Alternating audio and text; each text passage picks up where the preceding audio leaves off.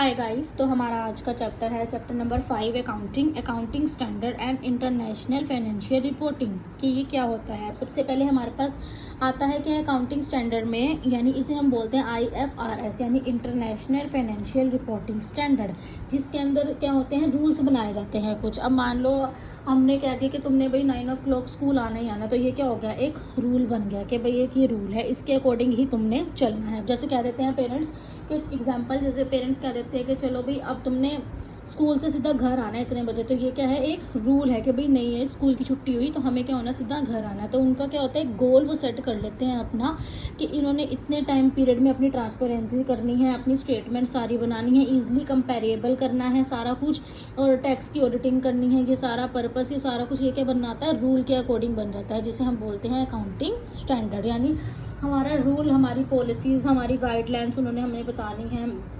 जितने भी रूल्स हैं वो सारे इसमें क्या किए जाते हैं, डिस्कस किए जाते हैं, तो उसे हम बोलते हैं अकाउंटिंग स्टैंडर्ड। तो अब इसकी डेफिनेशन में इसने बोला है कि अकाउंटिंग स्टैंडर्ड क्या है, डिफाइन करता है एक रिटर्न स्टेटमेंट है जिसके अंदर हम इशू करते हैं फ्रॉम टाइम टू टाइम, जितनी भी इंस्ट्रक्शंस हैं इंस्टीट्यूशनल्स के द्वारा करते हैं।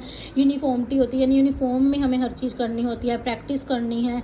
उसके बाद फाइनेंशियल स्टेटमेंट, रूल्स वगैरह ये सब बनाने होते हैं। तो इसमें जो एक कॉलर ये डिफाइन करता है कि अकाउंटिंग स्टैंडर्ड क्या है, एक कोड ऑफ कंडक्ट जो क्या करता है, अकाउंटिंग सिस्टम के ऊपर प्रभाव डालता है और प्रोफेशनल बॉडी के ऊपर भी उनका क्या होता है, प्रभाव होता है।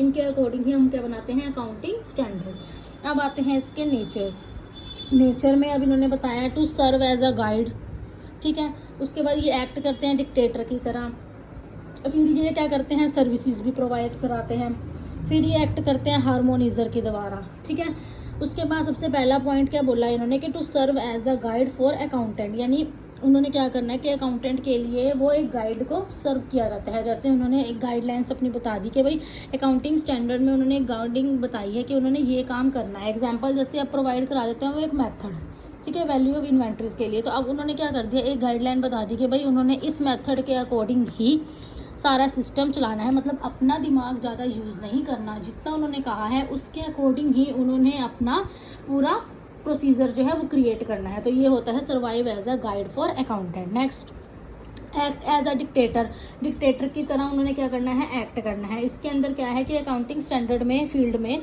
वो एक एक्ट करता है किसकी तरह, डिक्टेटर की तरह, जिसके अंदर क्या होता है कि कोई भी उसके पास अपनी चॉइस नहीं होती कि वो अपने तरीके से करेगा। उन्होंने बता दिया कि भाई तूने एक्ट करना है डिक्टेटर की तरह, ठीक है, फॉलो करने हैं उसने सारे अपने रूल्स वगैरह जो उन्होंने दिए हैं वो practice other than accounting standard के अकॉर्डिंग, ठीक है, मस्ट लाइक डिक्टेटर की तरह, ठीक है। उसने बस काम करना है जो उसको बताया गया है।